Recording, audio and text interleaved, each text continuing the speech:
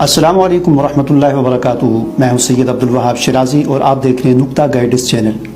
آج کی ویڈیو میں ہم ایک ٹیسٹ کا ذکر کریں گے کہ آپ کو کیسے پتہ چلے گا کہ آپ پر جادو ہے یا نہیں ہے۔ جس طرح ہمیں کوئی جسمانی بیماری لگتی ہے، ہم ڈاکٹر کے پاس جاتے ہیں، ڈاکٹر ہمیں ایک ٹیسٹ لکھ کے دیتا ہے، ہم لیبارٹری میں جاتے ہیں، وہاں پر ٹیسٹ کراتے ہیں، تو ٹیسٹ کے ذریعے پتہ چلتا ہے کہ کیا بیماری ہے، اس کی نوعیت کیا ہے، اس کی حیثیت کیا ہے۔ بالکل ایسے ہی اگر آپ کو یہ شک ہو رہا ہے کہ آپ پر یا آپ کے کسی دوست عزیز پر کوئی جادو ہے، تو اس کا ایک ٹیسٹ ہے، وہ ٹیسٹ آپ کریں تو اس سے آپ کو آسانی سے پتہ چل جائے گا کہ آپ پر جادو ہے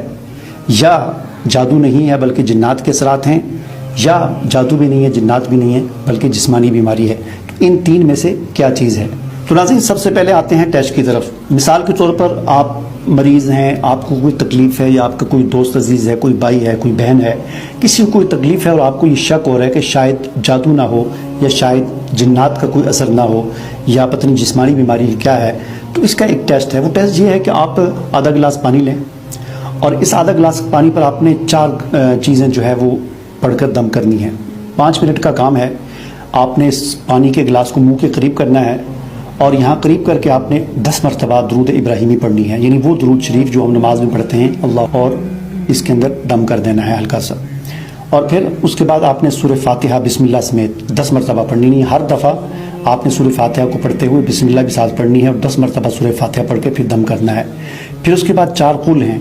یعنی قل یا ایھا الکافرون 10 مرتبہ پڑھنا ہے، قل هو اللہ احد 10 مرتبہ، قل اعوذ برب الفلق 10 مرتبہ اور قل اعوذ برب الناس 10 مرتبہ،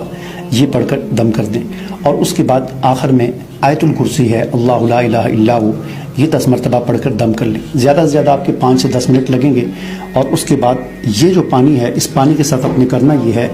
کہ جو بھی مریض ہے، یعنی جس کا آپ ٹیسٹ کرنا چاہتے ہیں، پھر اس کے بعد آپ نے یہ دم والا پانی اس کو دینا ہے۔ پہلے آپ نے ویسے پانی اس کو پلایا تو اس نے پیا، اس نے کہا کہ بالکل ٹھیک پانی ہے، کوئی مسئلہ نہیں ہے۔ اس کے بعد آپ نے دم والا پانی اس کو دینا ہے،